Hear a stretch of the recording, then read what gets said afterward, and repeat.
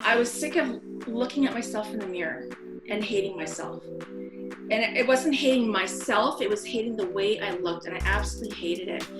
And I was grossed out.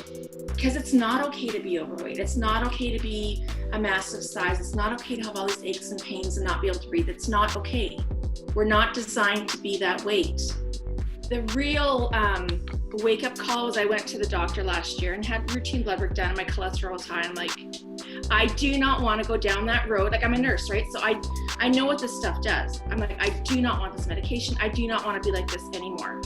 And I happened to see on Facebook this Fit Queen. I'm like, okay, I've tried everything else off Facebook, so why not, right? I'm just kind of reading it and I'm looking at the pictures and thinking, okay, it looks pretty good. And I started it and I did the workouts and I followed the meal plan. I wasn't hungry. I wasn't thirsty. The workouts kicked my butt. It's working so well and I feel so good that I don't want to let it go.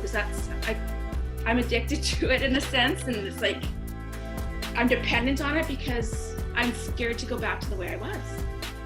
It still floors me when I step on the scale or I put clothes on and they don't fit me. It's like, wow.